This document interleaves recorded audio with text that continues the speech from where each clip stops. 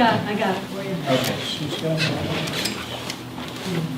John, do you have any opening statements you want to make about any anecdotal information that can come out of the field? It has been a rough winter. I would sort of say that a lot of what we saw this winter really is as a result of last summer. Oh, that's interesting. You know, it was not a particularly productive summer for the bees. And I remember talking to the other inspectors during the state fair and kind of forecasting that we were going to have some pretty hard hits. I do think they were probably a little bit harder than we had forecast. There was such a mild autumn. Is this on? I don't know. It is. It's green. Testing, there Yeah. it is.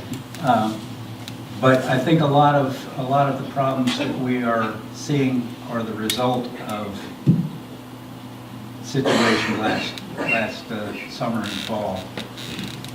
So hopefully we can recover this spring and get into the summer in better shape this year with what we have now. Can't hear. Can't hear you. Oh, Sorry. still? Yeah. There, that's better. So, Don, just quickly, from the survey we took of folks here in the room, over 60% had losses, and of those losses, that was about 25 to 30% of their whole set of their colonies. The three things that came up were starvation, maybe connected with the freeze, probably weak hives going into the winter, and what was the third thing? Can't remember. Was that I would submit consistent? that the third thing was probably varroa control. Yeah. And I would probably submit that that was, it as hierarchically, I would put that on the top of the list. As far as starvation, poor nutrition, yes. Starvation, a lot of beekeepers were aware of the paucity of nectar in the late fall and did feed back, but nothing feeds bees as good as honey and you know, flower collected pollen. So that's what we were lacking last fall. We didn't really have we hardly ever do here in the Piedmont have a really strong fall flow, but we usually have something coming in July and August to sustain them, whereas last summer we were seeing bees that were on the verge of starvation even that early. So that's what, again, the conversation back at the State Fair was about. Great, thank you. All right, let's move on. Ray, hold on, Ray, you have a, Yeah, Don, I was going to say, you see a lot of emails that come back in on the listserv this year, and a lot of them said they opened their hives and the cluster, my bees froze to death. Yeah. Well, I think most of the time they don't freeze to death, they starve to death. And if you open it and you see honey in there in a dead cluster, what do you think the result is there? Or if you open it and there's no honey and you see a dead cluster. Most of the time it's because they didn't get to the honey or didn't eat it and they starved to death, I think. Yeah. Most of what we saw was the result of clusters that were too small to access the food that they had, and that was not that is technically starving, but it is not starvation in the true sense of the word. And on occasion, we'd see colonies that had consumed their stores, but more often the case was that there was honey in the hive, but not accessible by the small cluster that was left in the hive. It's always sad when you open that and you see that cluster, and they look like they could have frozen to death. You can't tell too well. But it's really sad to see, but it's normally, that's what it is. I've got a good photograph of that or not, I'll be looking while we keep conversing.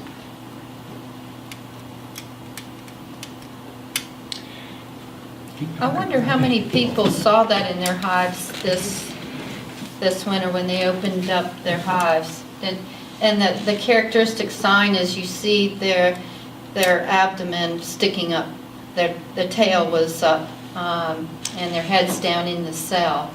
And they're all in this little small cluster, which would signify this kind of starvation that went on. Did anybody here see that?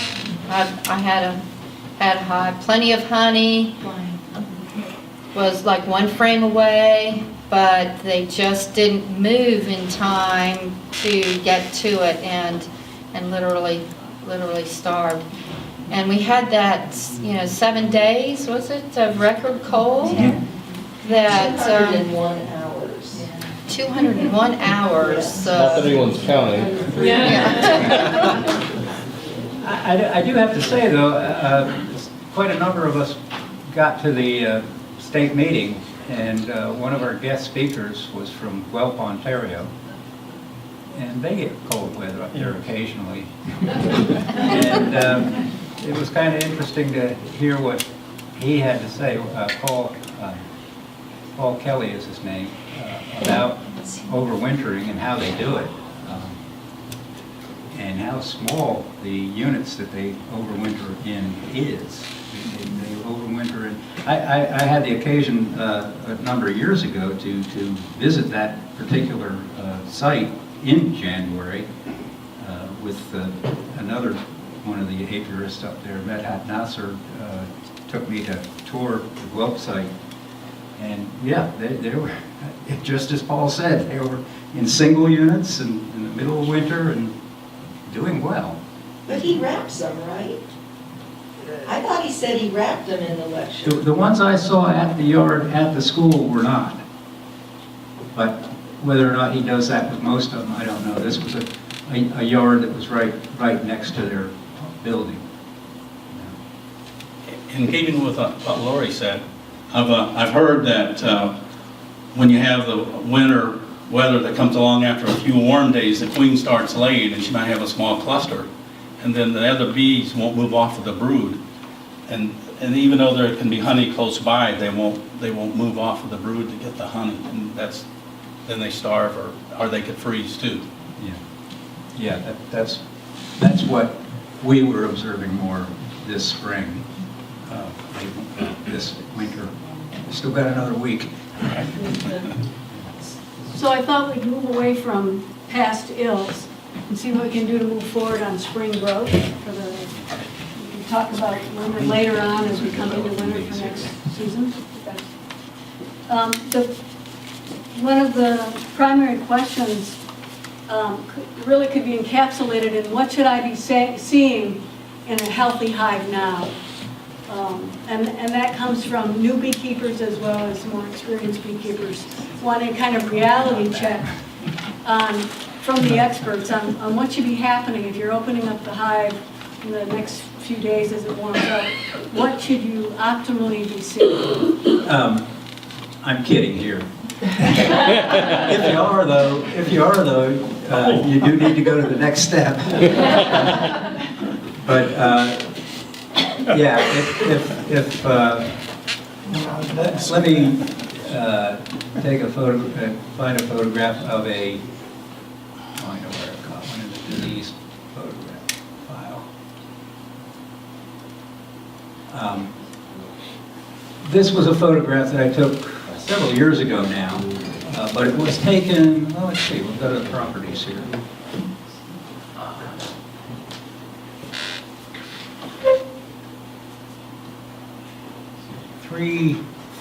So March 4th of 2004. So pretty close to where we are at this time of year now. And now a lot of the weather that we've had this year came in two phases. That early winter sub-freezing weather and then the last couple of weeks. But you should see a colony at this point that's got, and I usually show this during a talk that I do on disease, and people who are concerned about scattered brood versus solid brood. If you were to I don't know whether I can close in on this, let's see if it'll work. But if you do close in on this, you'll see that intermixed between those bands or those clusters of cat brood, we have immature brood. So what this infers is that as the queen was expanding her laying capacity,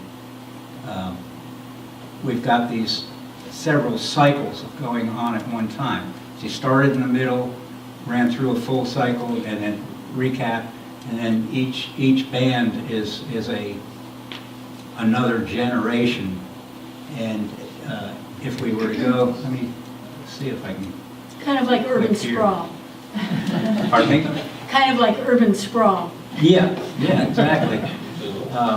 If I can get up to, oops, a little too far.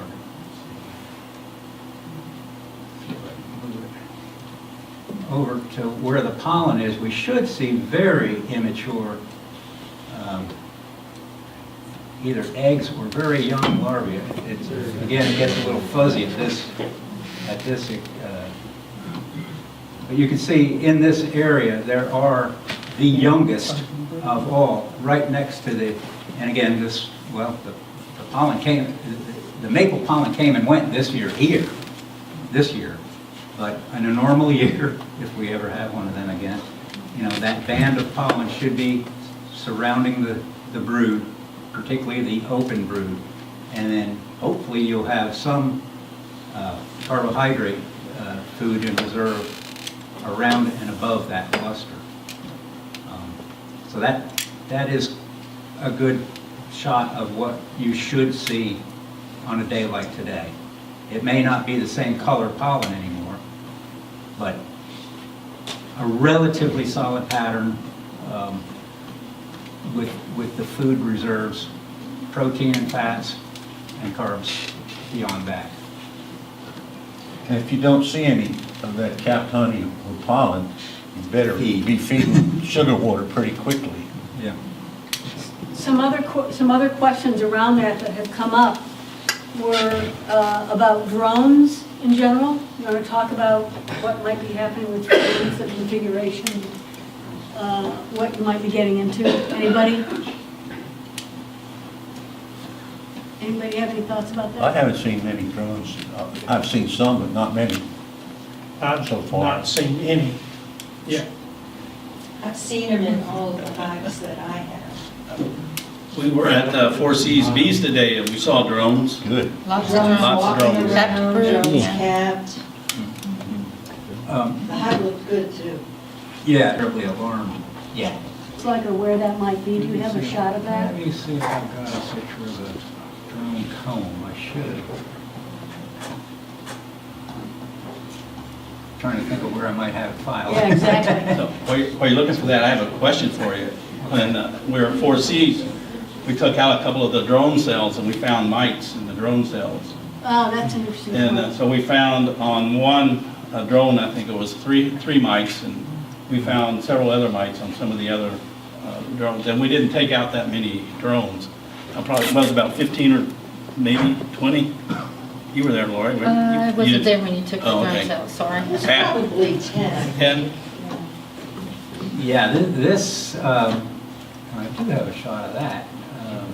Back to disease again. At this time of year, probably your most easiest way to find varroa would be to go to the drone brood. I imagine this is the kind of thing you saw now like this, or Right. oops.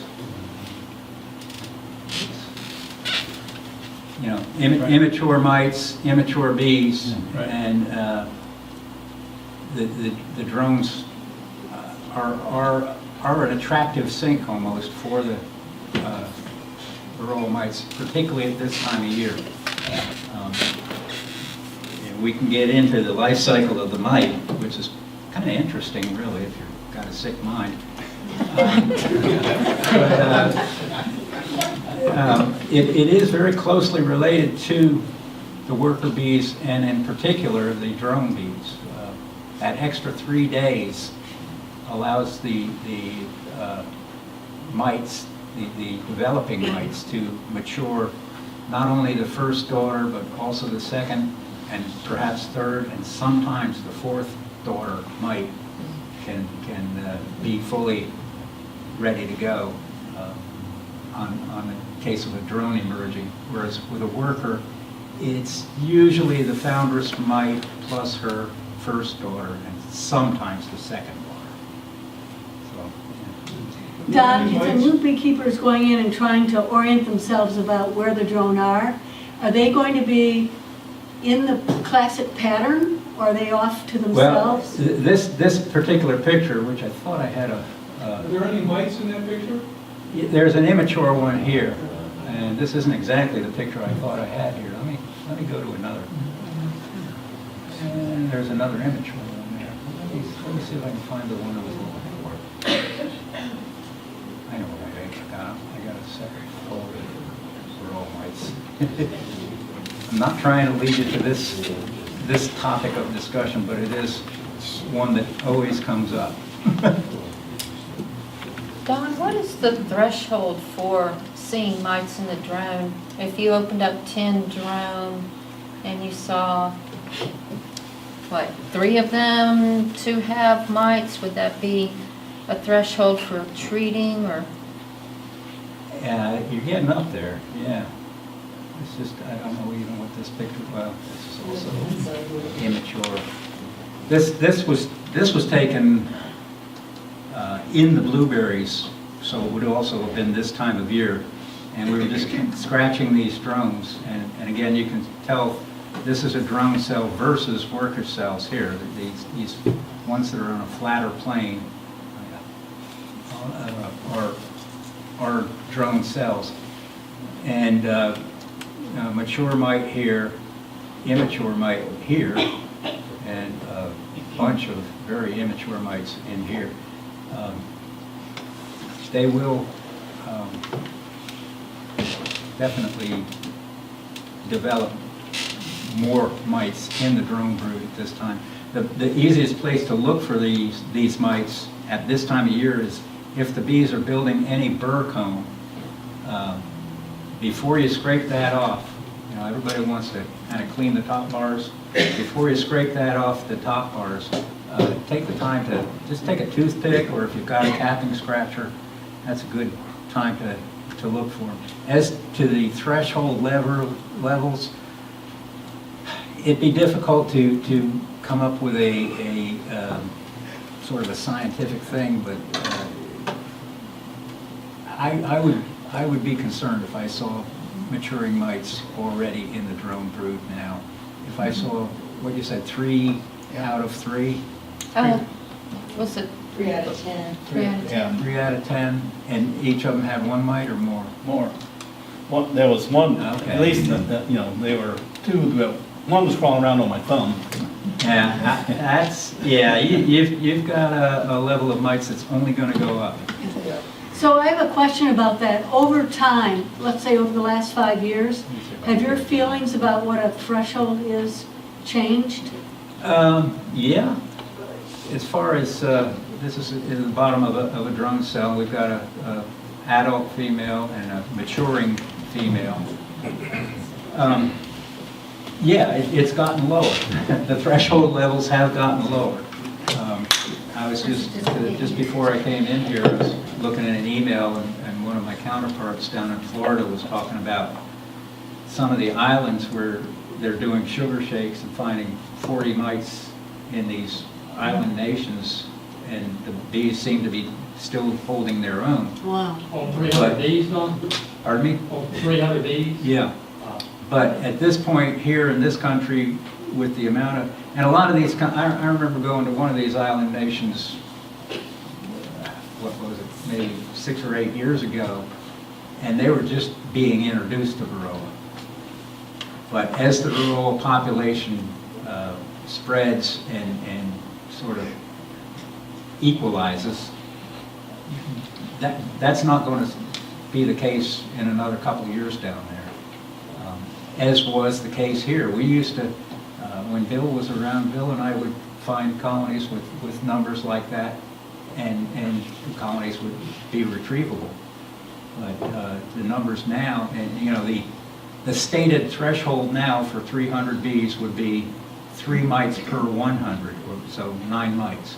Now that, you've got to take into account a few things. That is a summertime mite load on adult bees. Where are most of your mites? In the brood. And particularly this time of year, they're going to be jumping on whatever brood there is because they've been in this phoretic stage for the last 3 months. Something about drones. I don't know how many new beekeepers we have, so I'll mention this. If you already heard it, don't worry. You've probably seen in the catalogs where you can buy drone comb or drone frames, and you're probably thinking, what do I want to raise all these drones? I don't need a whole frame of drones. There aren't that many in the hive. But if you put that drone comb in or drone frame, you can fill it up with drones. And you take it out, and you start punching it open and start finding varroa mites.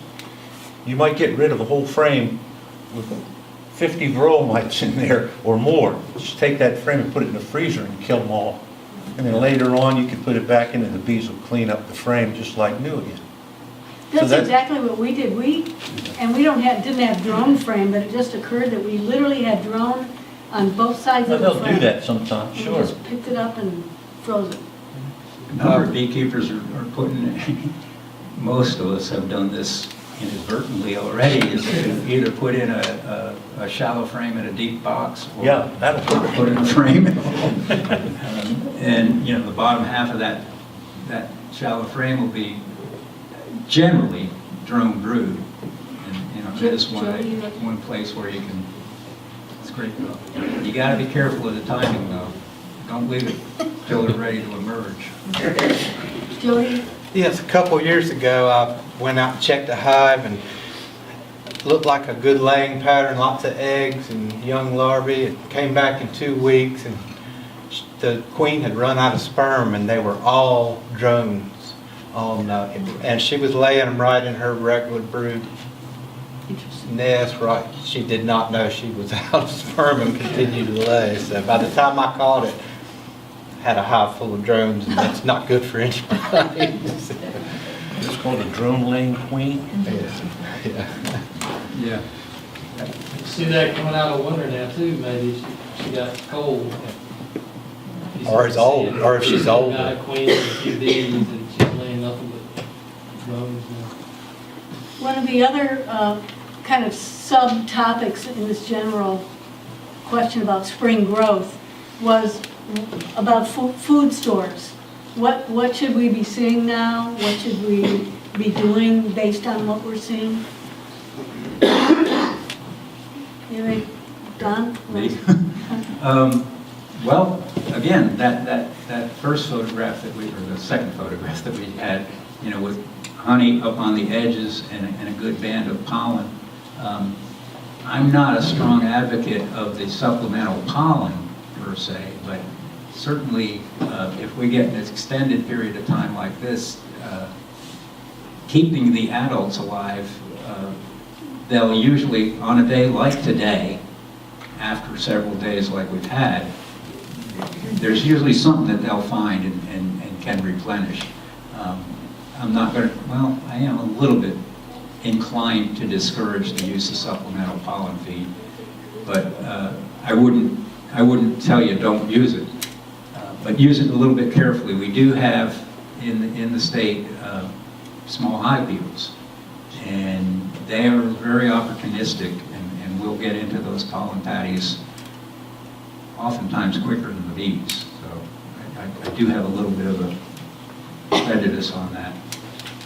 Is dry pollen substitute any better in terms of varroa? I mean, in terms of small hive beetles? I would say that, yeah, a little bit. Particularly if you're, and again, I'm contradicting myself a little bit here, I'm not a real strong advocate of bunch feeding, you know, barrel feeding or anything, but if the bees go out and collect that pollen dust, that supplemental pollen dust, and bring it back, it seems like they're more capable of protecting it. I was doing some logging earlier this year in that little warm spell, and I noticed that the bees were all over the sawdust on the stump. Yeah. Sprinkled some on the stump, and they just went crazy for it. Yeah, I think that's it. Were they your bees? I don't know, but I had enough pollen for all the bees, so. One of our biggest beekeepers in the state lives up in Surrey County, and he would bunch feed that way. And he'd put a piece of roofing tin on the ground, and then put a few bricks on that, and then another piece of tin on top of that. But Put it in between. underneath the top one was the powder. I think this time of year too, we have to be careful because we're getting cold and we're getting warm and the bees are building their brood up, and I found one of my stronger hives, I've been just dying to get in there and see what was going on. And this colony had a good amount of honey in February, but they now had like 6 frames of brood, and they were burning through the honey that was stored. And this time of year, there's really not enough nectar out there to bring that in and replenish and feed everybody. So if you've got some strong colonies, the weather is so bizarre now that you need to be going into your hives and seeing what your situation is. When you get a nice day, a 60-degree day, go in and see how much honey's still there, because it's going to be a few more weeks till we get any kind of consistent nectar flow. And your bees can still starve, especially if they're building up, like this one hive is just going crazy with that. So know what your bees are, what's going on in there. If they've got enough food to carry them through for the next couple weeks, you think, there's some flowers blooming, there's going to be enough. There may not be enough. Just Well, if it's great days all the time, then it's flying.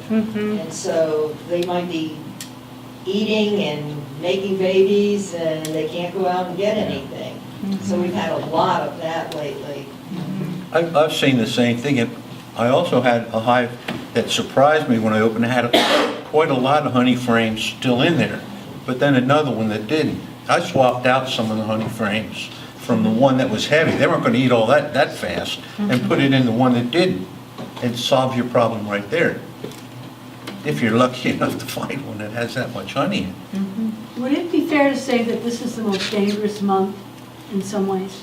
It's a what? The most dangerous month, meaning Yes, yeah, we're on that tipping point. the weather's changeable, they're pumping out brood. Remember what else happened this month? What happened last week? Daylight saving time started.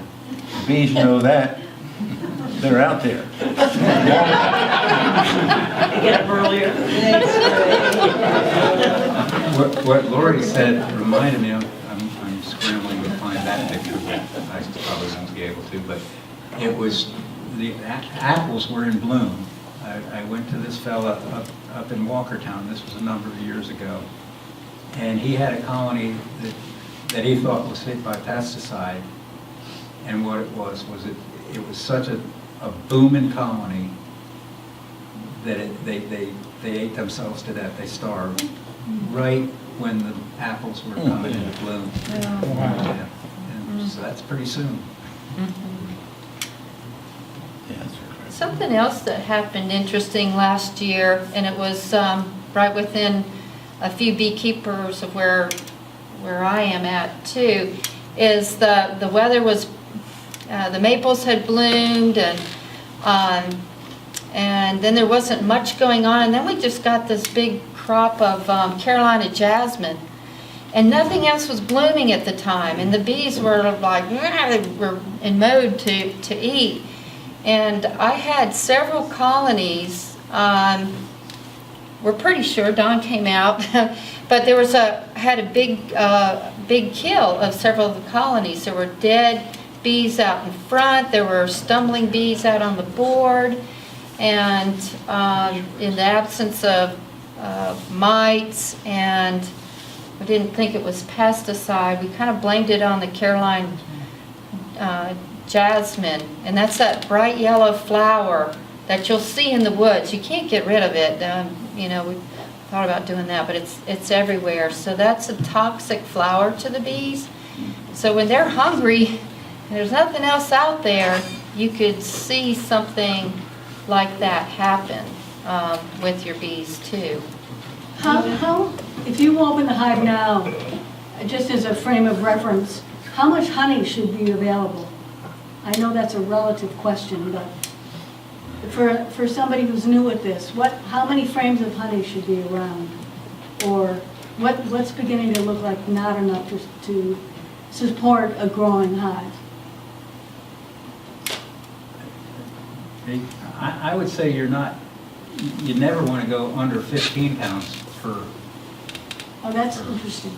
colony, but placement is probably more critical than the amount of honey in there.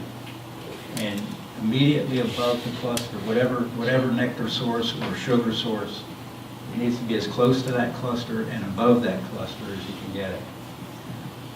This is the plant that Lori was talking about. And this can be the result. Wow. That's what it looked like. I had a couple of eyes like that. Wow. Is the nectar and the pollen toxic? From what I understand, and I'll tell you who told me, if you read any books on toxic plants, apparently the entire plant is toxic.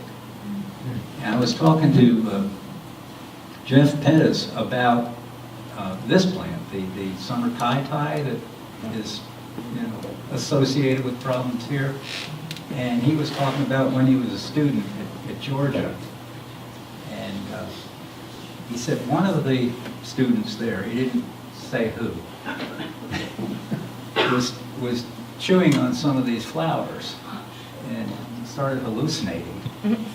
I didn't ask Jeff how he did, but yeah, apparently the whole plant is toxic to some degree. I don't have any other frame of reference other than reading about it. That other plant that you had up there, does that have the same result as this one here? This summer tai-tai, we're getting a little off subject, but it's kind of fascinating, is associated, particularly on the coastal plain, with this condition here. It's called blue brood. If you go to the coast and talk to beekeepers down there, or if you talk to Adolphus Leonard, our inspector down there, he'll describe that plant linked with this condition. I had a hive, the other picture that you had with all the dead bees on it. Yeah. Last year I had a hive that looked exactly like that. That Like could have been this. my hive. Yeah. And I thought it was pesticides. Let's take a look. This picture, yeah. If you get what you see here, I had about twice that many on the ground. it could be any number of things, but one of the things that we will want to either analyze positive or negative, call either myself or one of the apiary inspectors or the pesticide guys.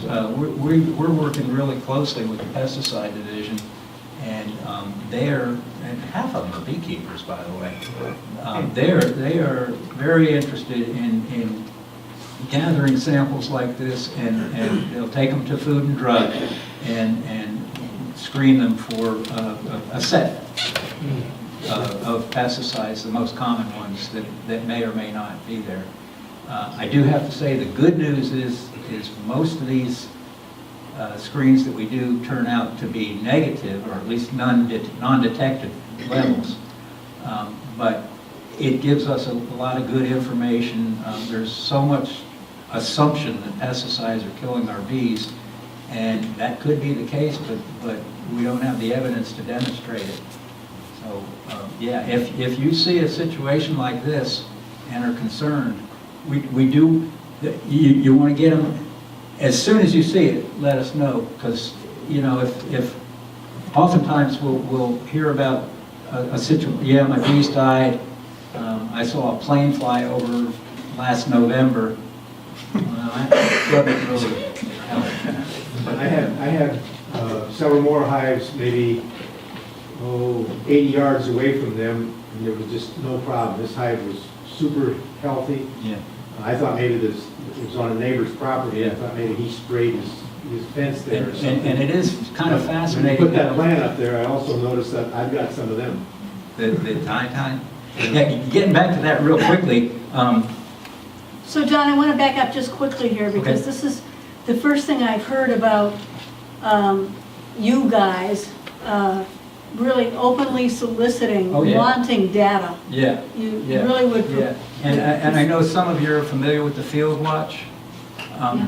That's a step to sort of allay this, but it is only one of the So we're things not that we do. bothering you, you need our data? No, Okay. and as I said, if we're not available, there's only 6 of us in the state, but there are a lot more of the pesticide guys that would be. Okay. And, gosh, I don't know if she's over here or not. Is there any kind of centralized reporting online, or that's the watch?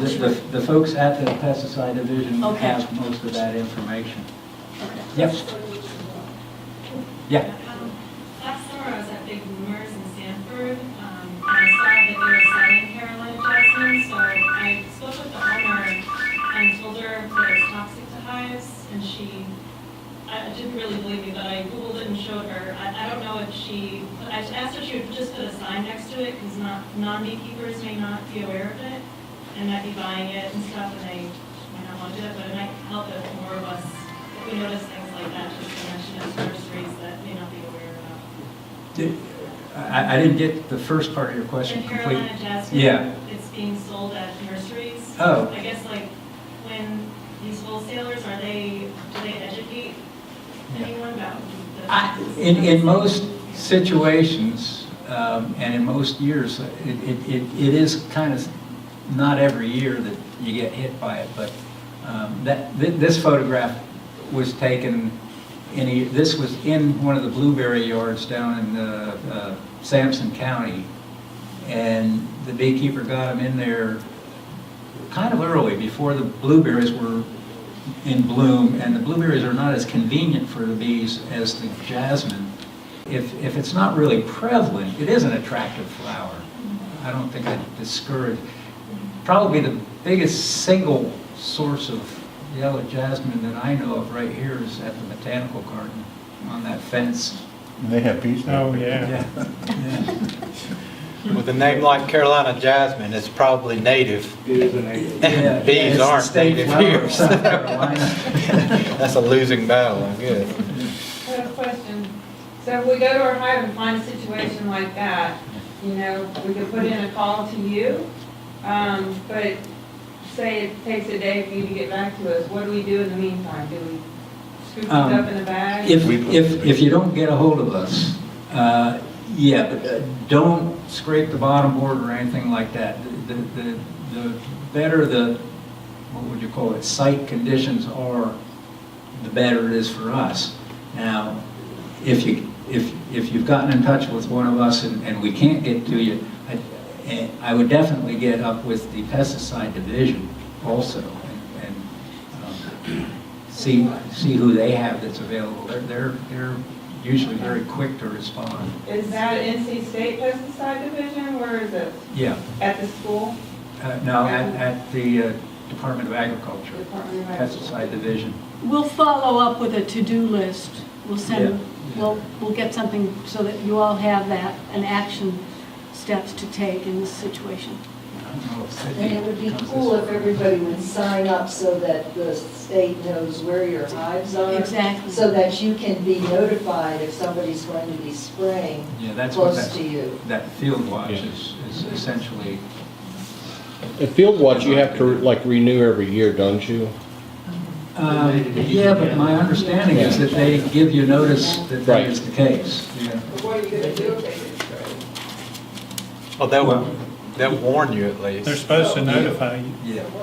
You could screen your bees in for a day. You could move the hives temporarily. I mean, that'd be a pain, but it's possible. At least you'd have a heads up on it, you know. Yeah. And then if your It is a bees did die, voluntary you could go program. after them.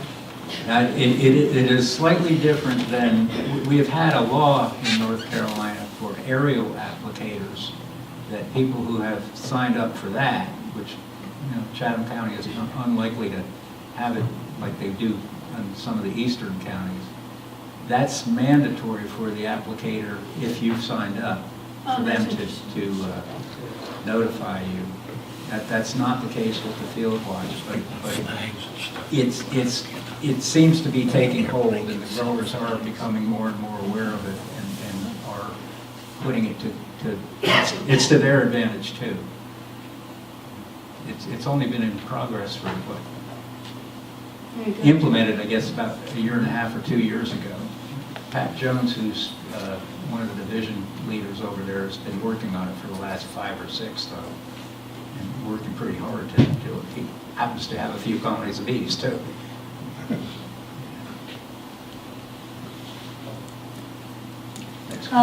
Queen behavior now. Any ideas from you guys about what somebody going into a hive now should be observing if they can find the queen?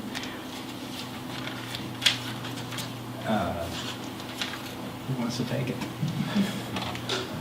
I can tell you, I did just go into my hives today.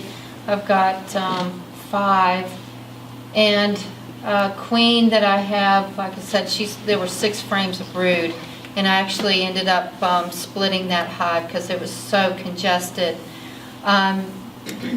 So she was obviously very, very active and had great support, that sort of thing. But the other 4 hives that I have, I only saw 2 to 3 frames of bees, a very small pattern of capped brood. But I've got VSH queens, and I've found that they're a little bit slower getting out of the starting gate in the springtime. And I was very concerned about that last year when I started using VSH, but by the time the tulip poplar hit, they were ready to go, and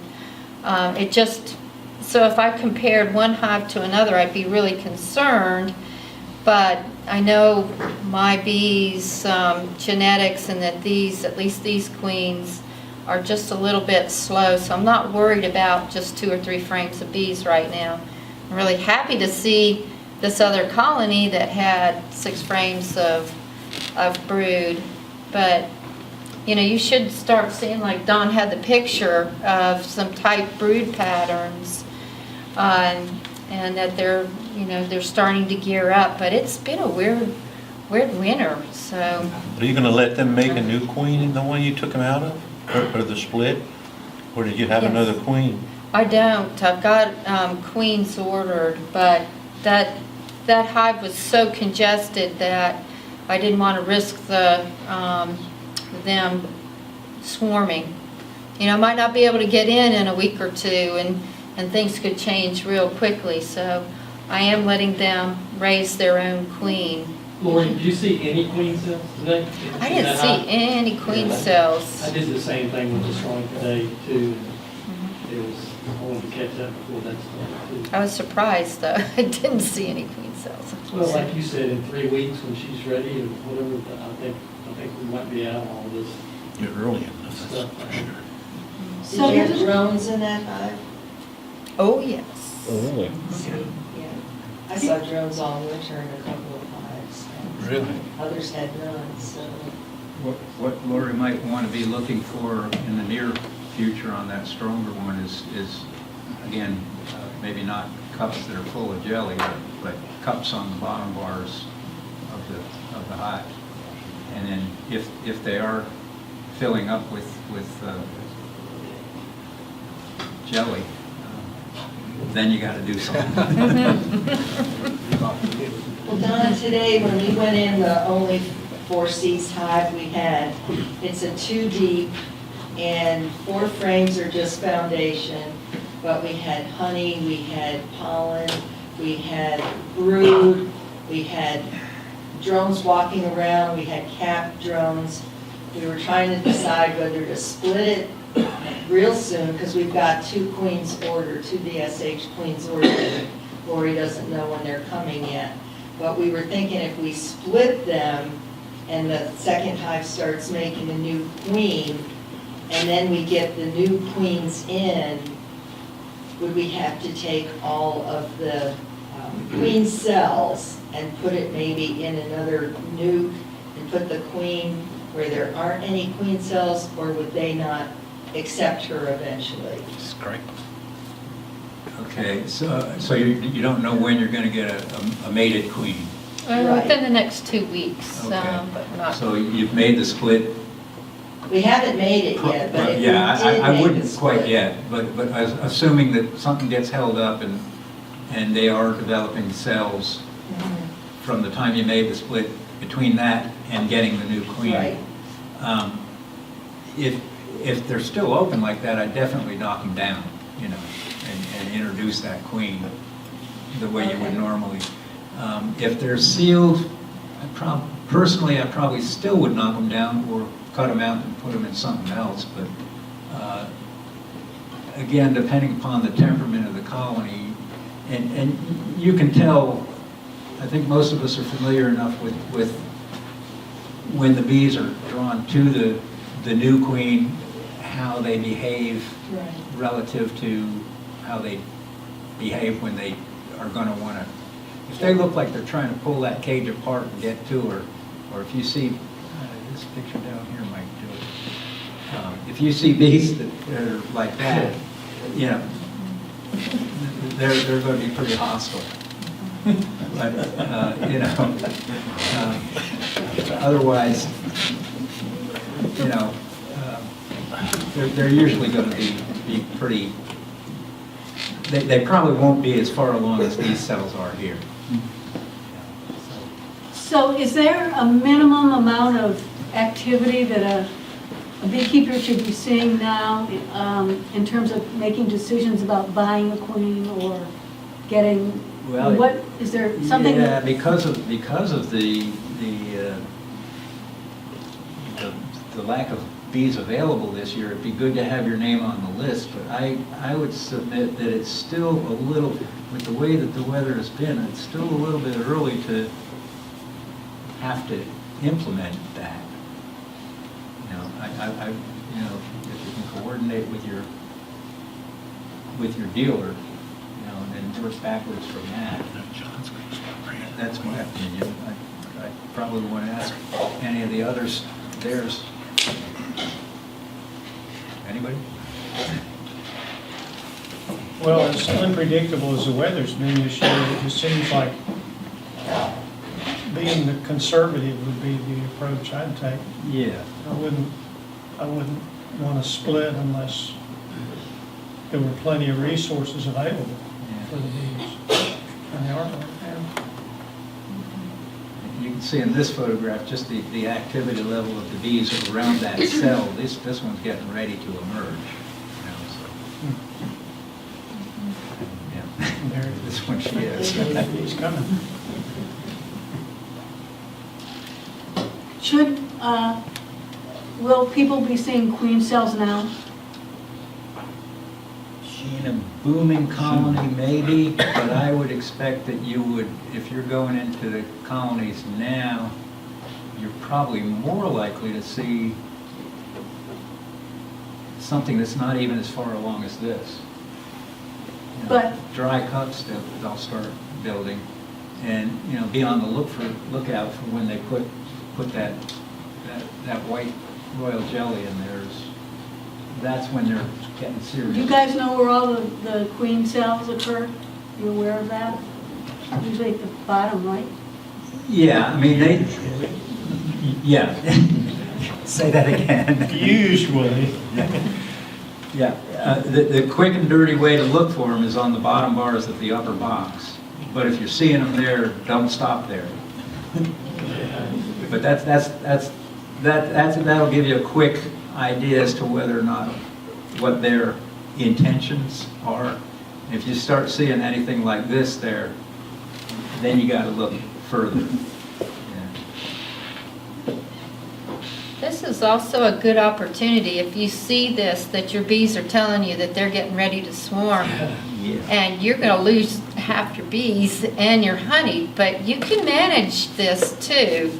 So if I saw this, and there's no capped queen cells, I'll go in there and find the queen, and I take her and make a nuke with her in it. And I've created my own artificial swarm, and they go on to make their own queen, and I've kept my bees, and they've kept their bees, and so everybody's happy. So, now, you don't have to do anything, but if you're needing to make more hives, this is the opportunity to do it and save your bees at the same time. But once they've capped that, they either could have swarmed by then, or they're just like on go. It may be hard to prevent it from happening. It's not foolproof, but if you do nothing, you're going to get a swarm. If you scrape them, that stops it temporarily, but they've still made their mind up, and they're more than likely going to keep trying. Sort of that stage where if you don't find mom, don't just tear these down, because she might be in a tree. Yeah. She might have already been gone.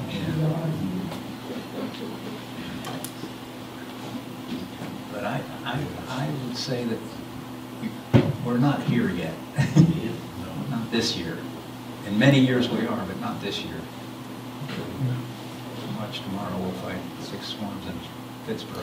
It's really a good time for you to be ready if you're not. Yeah. If you've got that equipment you were going to paint, or those frames you were going to build, or foundation you're going to put in, but you're going to do it next week or next week, now's the time to do it, because once that nectar starts to go and things start blooming and popping, you won't have time to do it, or you'll wish you had done it. For those of you that haven't been through this before anyway.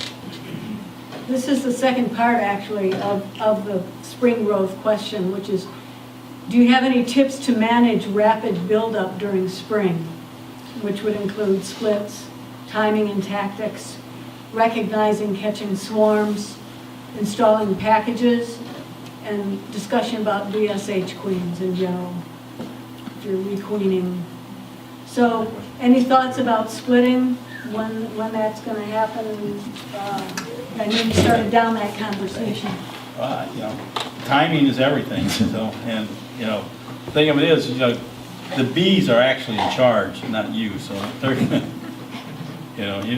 they're gonna do what they want to do, when they want to do it, so, but they're on a time schedule, and it's pretty tight, it goes from an egg to an adult worker bee in 21 days. Doesn't deviate, and they make a queen in 16 days. So, those, when you see the eggs and you see the brood, that's the timetable. Then the drone, of course, is 24 days. So it takes a little longer for the drone because they're bigger. And doesn't the drone take longer to mature, Don, once they emerge compared to the workers? A virgin queen? Yeah. So if you see drones now, you know that it's coming, right? Yeah. A lot of the guys that are doing grafting are going to wait till they see drones in the hive before they make their first graft. And they're going to try and time it so that those drones are flying by the time those queens emerge. So that by the time the queen is flying, those drones are mature enough to make, not with her from that hive, but drones in that area are mature enough to mate with queens from those hives. And also, those of you who haven't done much with swarms before, maybe some of you, most of you have, maybe some of you haven't, you don't have to wait. You could put out some traps and try to catch the swarm, so when they come, you might get lucky. You might get your own bees back, or you might get Laura's bees. But you can be ready. You can put out some swarm traps and try to catch them. And even if you don't, and some of your own bees swarm, you can be ready to try to capture those and get them back.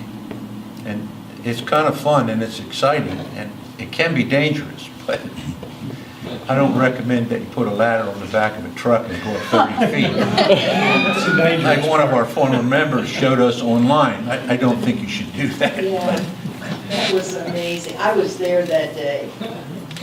That's I crazy. wasn't on the ladder.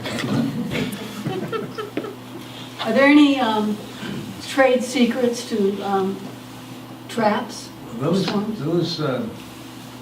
yeah, there are a couple things you can do. Find some old comb, not necessarily like this with the queen drumland workers in it, but old comb is very attractive to Kind of cruddy, smoky Yeah. stuff? Black. Yeah, old comb, some about the size of a meat box, or maybe an 8-frame box would probably be about suitable for most swarms. Height? Above head height, but not on the top of the tree. Near where they go every year. Yeah. And in fact, we have that chamber over at the Dick's facility, and just about every year we pick up a hive. As a matter of fact, I think, Lori, we delivered bees back to you from that chamber. Yeah, you did, yeah. That was a great hive. But it's an attractive site. I am going to promote a product here, which I shouldn't, but it impressed me a little bit. The lure, that Swarm Commander, it does work pretty well. Swamp Commander. Yeah. We, up at the EAS a couple of years ago, we had little packets that they give out, and that was one of the things that was in there. Now, it's kind of odd for a swarm to pitch in August, but it was pretty strong colony in a yard there that we had for demonstration purpose. And it was kind of neat because the participants could watch the thing emerge from the colony, which a lot of the participants had never seen before. And we started scrambling for our packets. And we finally got one from inside where they were selling it, and hung it on the tree. Of course, in the meantime, that same tree was a pine tree, and they landed in the top of it. And we left it there, the lure, for a while. And finally, this swarm just took off and went out over the building that we were. It was kind of a 3-sided little apiary with buildings on 3 sides of this. And we tried. And maybe 20 minutes later, saw a couple of bees land on the lure. Wow. And within about another 10 minutes, that swarm came back. Wow. It was really, okay, I will buy it. How many of you have experienced swarms? Now, one of the things that we did at that hive, I had suggested to other people having been sold on the product, is if you've got a frame of open brood, I'm way off here. Go back to my pictures. If you've got a frame of open brood, this is after you've hived the colony, or even as you're hiving the colony. If you can install, doesn't have to be this pretty white stuff, but if you can install a frame that's got open brood in it, that is almost as attractive as the queen is to holding that colony in once you've got the thing in the hive. That's kind of a tip. Yeah, that's interesting. Putting something like that in will. Don, how much do you think it would take for, if you put a piece of old comb in a bait hive, Yeah. before wax moths would find it, start chewing on it? Yeah, they will. You're going to have to kind of pay attention to it. And again, as was stated, I don't know, was it you, Jimmy, or Ray, timing is everything, Yeah. You You think it'd take them a couple weeks to? As far as, You I mean don't know the how wax it takes moths for or the eggs bees? to hatch and for larvae to start getting active chewing things.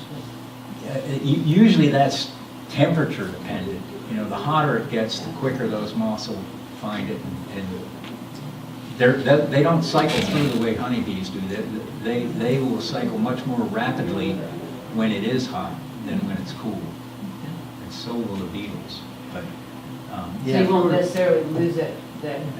I would say that it's not too early to put out the boxes. I wouldn't be too optimistic about catching anything quite yet. But within the next 4 to 6 weeks, yeah, could be. Yeah. You know, most people have seen a swarm after it lands in a tree or on a bush or whatever. Not too many people see it when it actually takes off and goes out. Sometimes you do, but you're lucky then.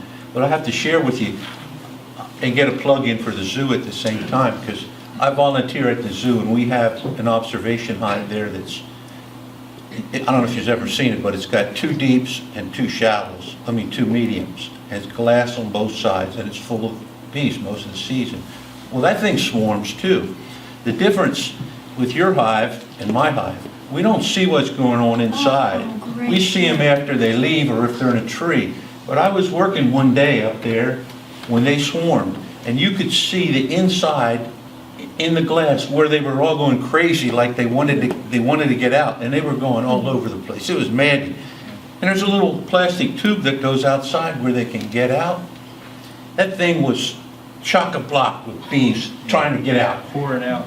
And right behind it, I saw the bees, they were pushing the queen out the slot. You know, they say they take the queen with them. Well, they were pushing this one out the hole to get her to go. Time to go. And that hive swarmed 3 times last year, Wow. that observation. So is that a pheromone? What's going on there with the swarm? What happened? Several things. The lack of sufficient queen pheromone distributed to all of the workers is going to stimulate them. Let me see if I can go back through this real quick. It's going to stimulate them to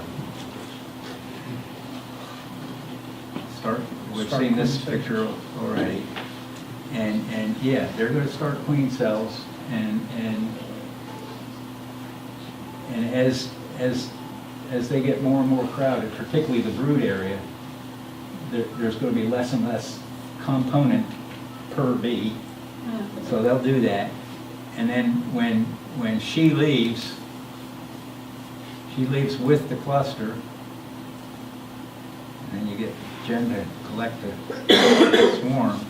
And in the meantime, the parent colony is going to be, rearing those queens. And the first one of them to emerge is going to try to, oops, let me do it this way. She's going to, I don't know if you can see where some of those cells are starting to get torn down. The lower ones are getting torn down by the most mature daughter. And if she's unsuccessful at that, they'll have to fight it out. But you can see the one at, I guess it'd be 1 o'clock there is the one that emerged. And the one at 6 o'clock is the first one that really got chewed down. And it looks like some of the other ones she hasn't quite gotten yet, but she's likely to. I guess you can't really see 6 o'clock through us, but the one on the bottom there is already being torn down. The one up top, that one emerged successfully and is starting her rounds. The workers tearing it down, or is Yeah. it the workers after the queen inside guys? Pardon me? Is it the queen tearing the cell down, or do the workers do it? Well, as Jimmy just said, that generally speaking, she will, let me go back to another couple pictures again. I'm bouncing around a lot. Keep talking, Jimmy, and I'll find the picture. Well, the queen, is going to destroy the other queens, but the workers are also helpers. They go out and tear down the cells. But if they, like Don said, if they both emerge at the same time, they're going to have a battle, and only one will survive. So, This is a, Does the queen sting the other queens right through the cell wall? this picture is a very poorly taken picture of just that, though. That queen, you can see how she's hunched over. She is attempting to sting, and she worked on that for about half an hour on that one cell. That might be a little bit better. This is the queen here trying to sting that cell. I hope I can, these were pictures I took with a flashlight on an observation hive before I knew how to take pictures even. But yeah, she was stinging and stinging and stinging, and then after she was done stinging it, the workers tore it down. Yeah. the other thing to remember about That stuff. the queens, they're virgin queens, and the mother queen's already left. And so she has, what, 2 weeks to mate? Yeah. And then that's a danger period, because if she goes out and mates and gets, she could be eaten by a bird. So sometimes they don't make it back to the hive. The other thing that can happen is the weather can intervene. It can have rain for 2 weeks, and if she doesn't mate within 2 weeks, she may not mate. Then you have a queenless hive. If you start seeing things like this could be the result. Yeah. This is one of my favorite pictures. Don, I had a queen a couple of years ago that was laying multiple eggs, like that photo just showed. And I know that there was a queen in there because I saw her in there. And the eggs were all on the bottom of the cells where a worker probably could not have reached. Where a lot of times when you see the laying workers, the eggs are stuck along the edges of the cell. Right. So is that just a mutant deal, or what? Or You did said she it was just kind of go haywire and couldn't a new control? queen? It wasn't. Relative. Yeah, let me go back to a picture which I've shown a couple of times already tonight. If it's on this folder, I know it's on the disease folder. Yeah, this one. I usually show this one kind of quick and then keep going through. It looked just like that. Yeah.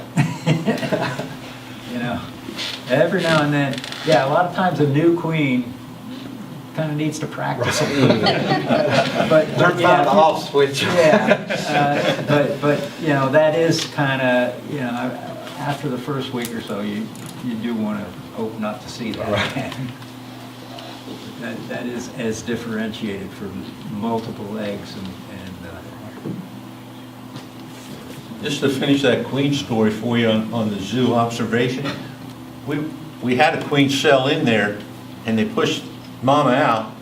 We were able to capture that hive that went out with mama, and then put her in another hive right outside. So we had the mother outside in the hive, and the daughter inside in the observation hive. So you could show them to the kids when they come in, and then tell them that this is the mama out here in this hive, and this is a daughter in here with all the bees.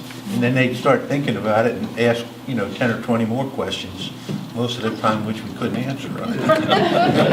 Anybody know what's happening in this picture? While we're on the subject.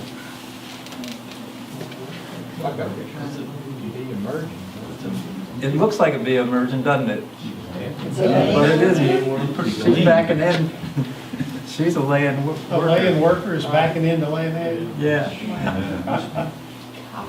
There were a couple of them. In fact, I think I got one picture where they're actually treating her like a shiny one there. She's a laying worker.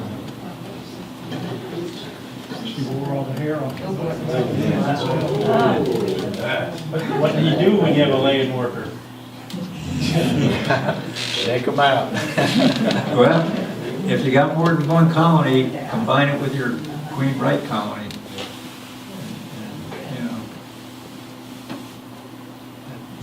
And hopefully the queen right colony is a stout enough colony to deal with it. Can you guys address installing packages? Installing packages. I mean, maybe some war stories? I'll tell you, what's the book that was given out when you went to bee school? Do you know that book? First lessons in The one beekeeping. by the guy from Georgia, what's his name? Delaplane. Yeah, Delaplane. That's the greatest book that you could ever use, and it has everything in it.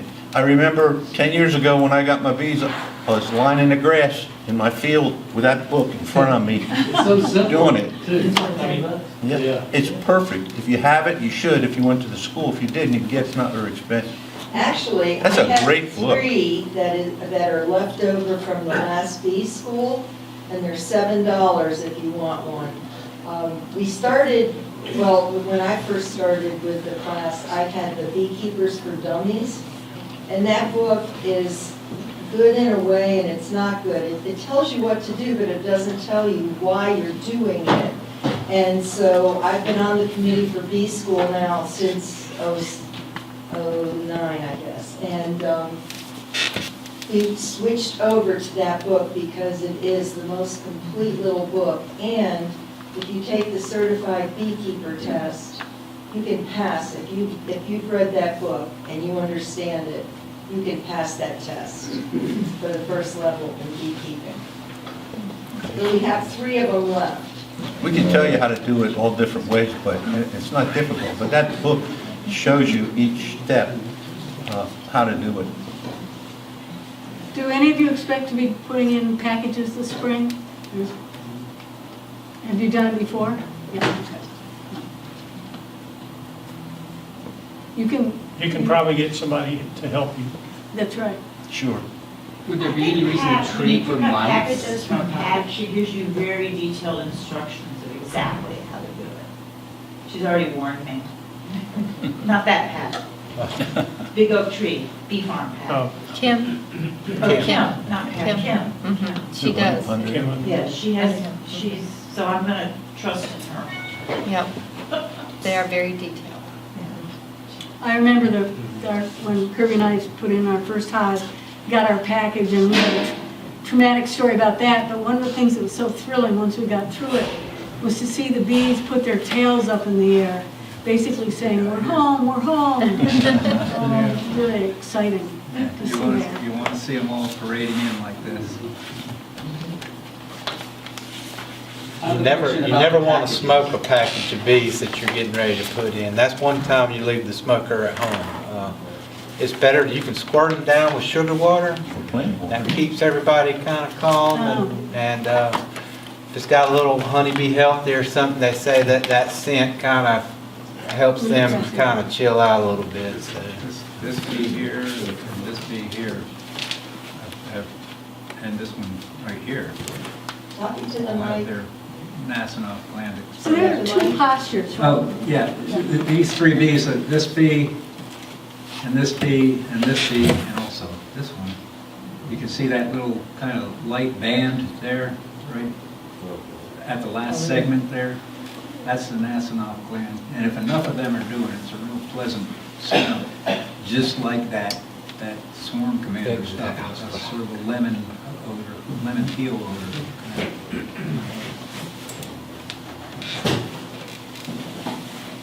Anything you guys want to say about VSH queens? I think there's probably some questions. you had a question? Well, on packages, a lot of them come from Georgia. If you did have mite issue getting packages, and I guess someone could, they're obviously broodless at that time. Is that a good time to treat, like if you're doing solid acid or something like that? You better wait until they've got some young in the hive, or you may encourage them to abscond. So if they've got young in there, chances are they're going to be a lot more willing to stay. But you're right, that is a good time to do it. You do have a window. It would be opportune, but as was stated, that it might be a little bit of a gamble. The other thing about packages is that the queen isn't from the same hive that those packaged bees come from. The bees are scooped, are let loose and are scooped up and put in the package, and then they take queens, put them in a cell. So that queen that comes with the package, they're not related, and they don't know each other, so they have to get They're not acquainted. acquainted yet. Yeah. And sometimes if you do 2 next door to each other, a lot of the bees will end up in one and not many in the others, because she's either got a stronger pheromone or possibly they were shaken out of Her hive, where Yeah, the brothers. And the queen will Sisters. get blamed for things, and so, you know, if the hive is going well and they think she's doing a great job, anything that goes bad in that hive, they're gonna blame her, so they might not take to her at all with a package and her being in that little cage. Include your mistakes.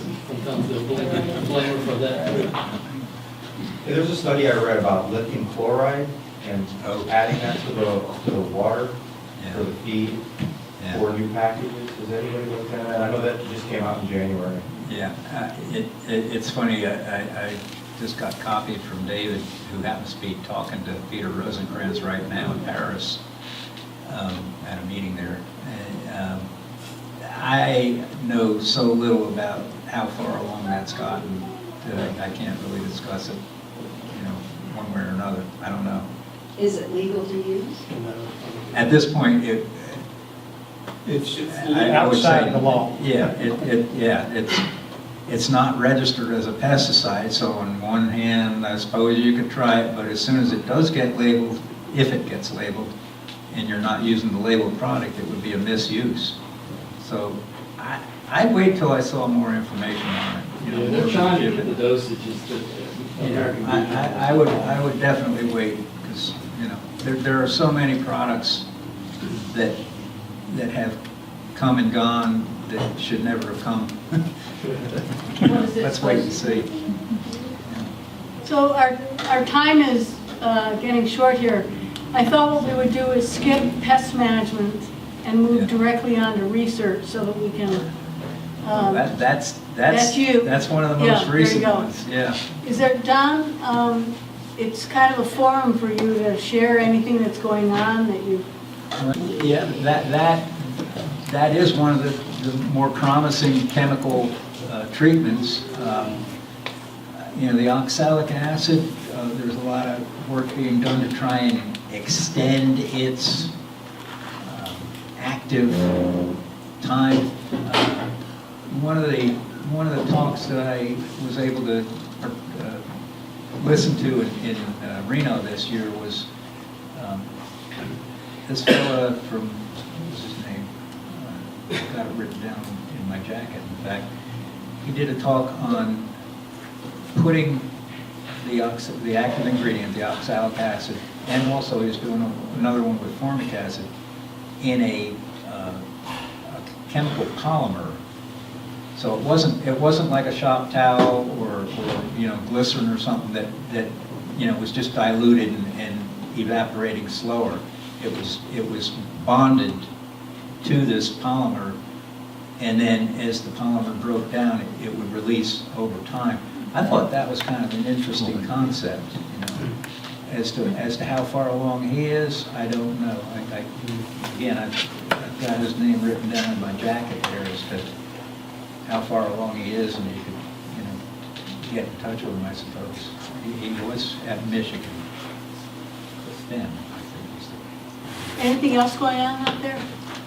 Well, the lithium chloride is being looked at by the people in Germany primarily, Yeah. Peter Rosencrantz. And if you want to learn something about mites, he is probably the world authority on mites, on rural mites, and their life cycle reproduction and that. From the lithium chloride, it was like an accidental discovery. It was, yeah. Serendipity.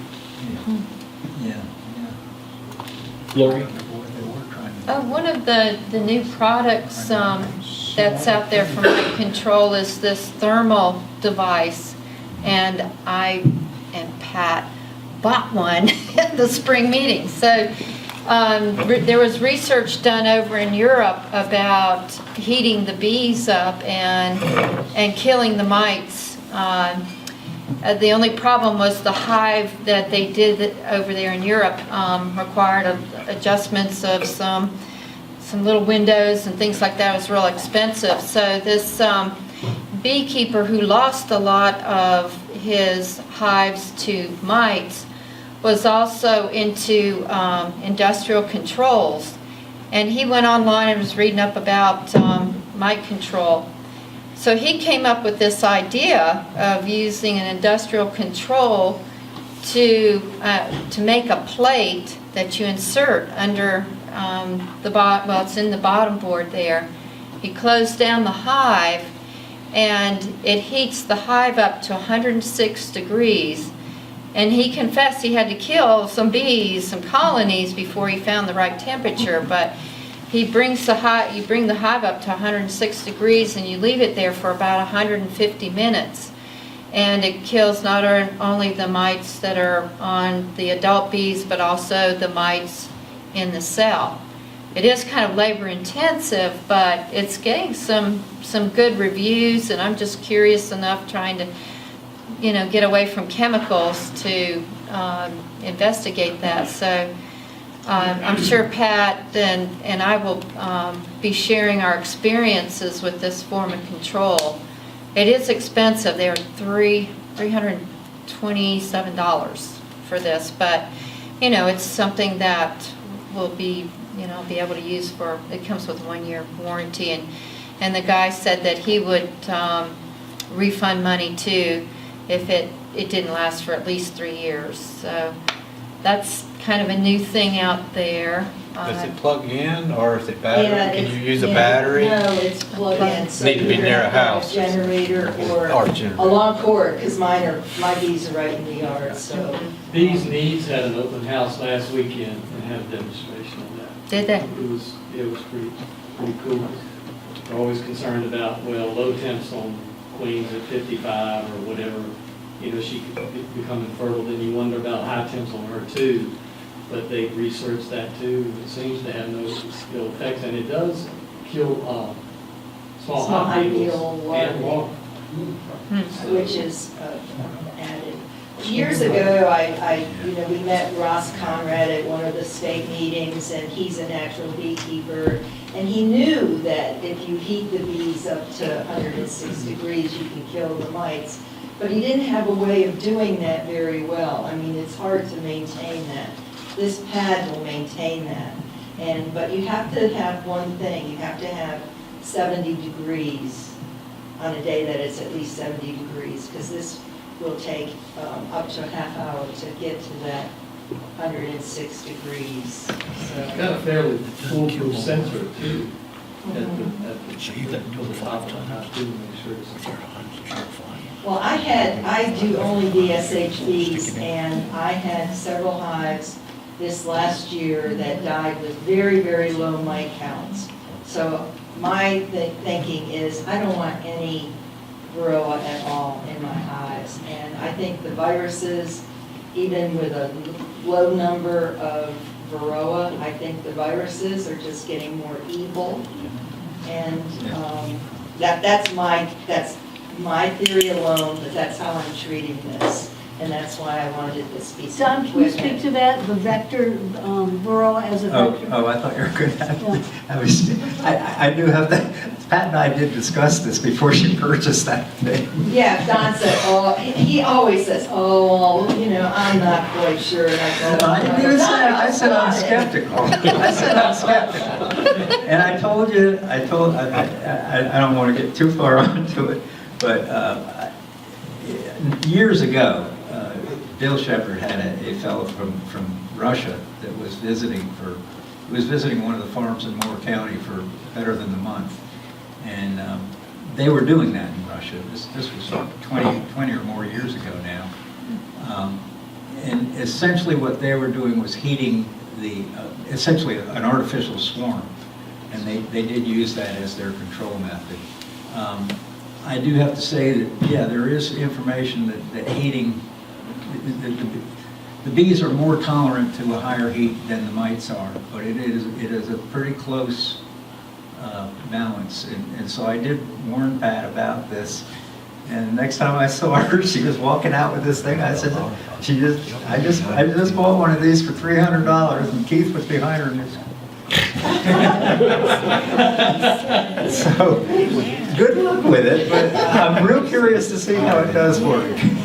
Well, I think Lynn Williams, or whatever his name is, was saying that he has something going on where they're going to do 3 different bee yards, working with Dr. Torpy on research on this. I'm not familiar with what So, David said. anyway, I know we'll see Debbie, how it goes. Debbie Delaney was involved in it. And Debbie is now up in Delaware, but Debbie used to be a postdoc at David's lab.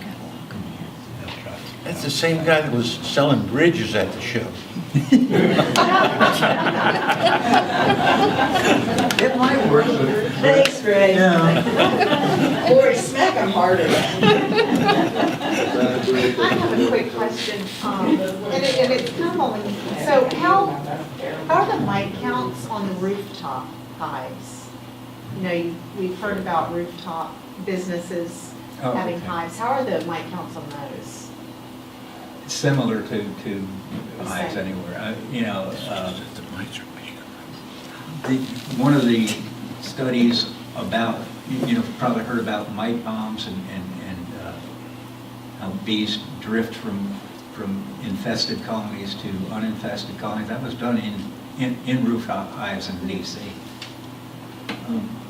So they're not immune, nor are they any more susceptible than So there's not a lower mite count because it's so hot up on roofs is what I think.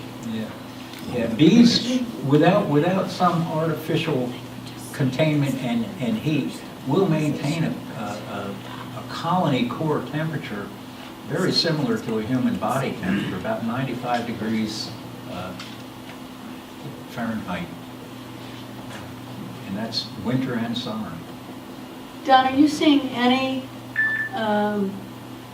correlation between an uptick in secondary vector diseases with varroa? Is that changing? Yeah, and again, that's kind of what Pat was saying, and also why those threshold levels, what I mentioned before about these more insular places where the bees seem to be able to tolerate the mites, but as more of these mites intermingle with bees and infect and pick up and instigate more of these viruses that are latent in the bees, they're going to be, those threshold levels will have to come down.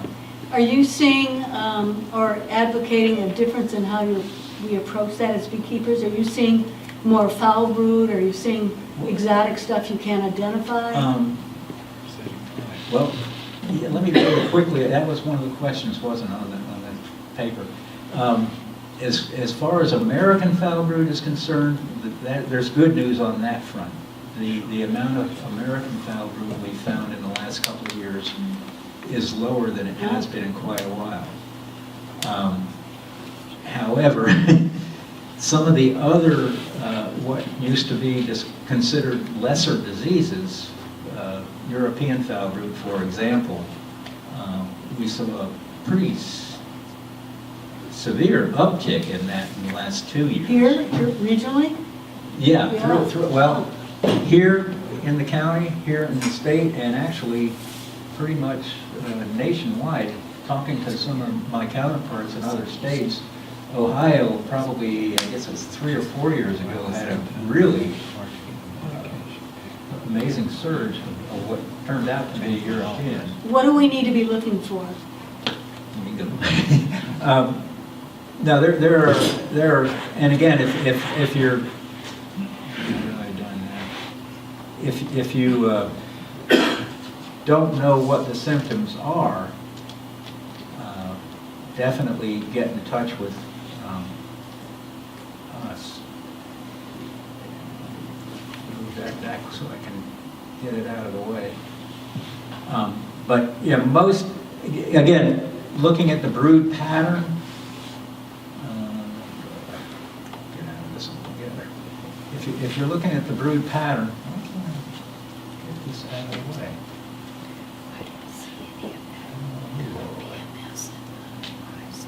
See if I can just click over here.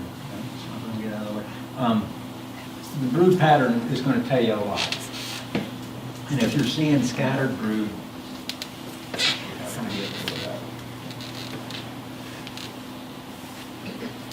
While Don's looking for that, I found a really cool app that you can put on your cell phone called Bee Health, a Canadian publication.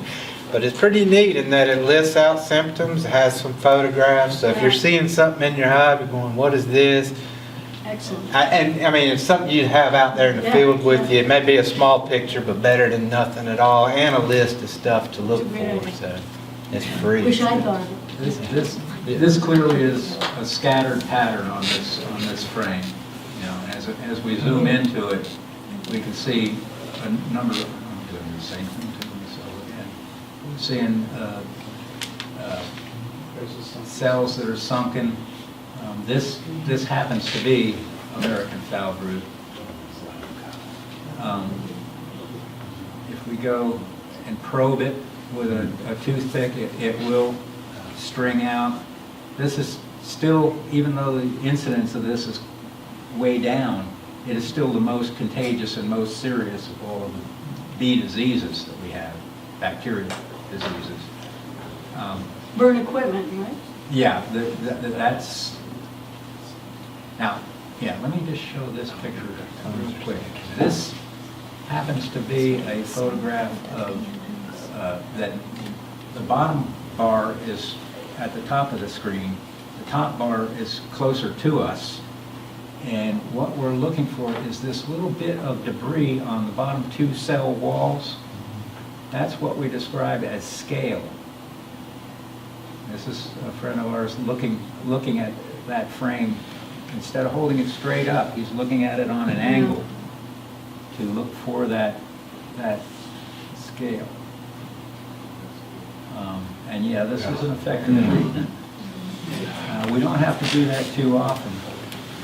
But, Well, Don, don't you burn the bees too? Don't you close up Everything. the hive and burn the bees? yeah, you gotta burn pretty much everything. Yeah. Now, that's where They're our gonna chamber spread does help quite a bit. Let me go to a PowerPoint. Has anybody in here experienced foul brood?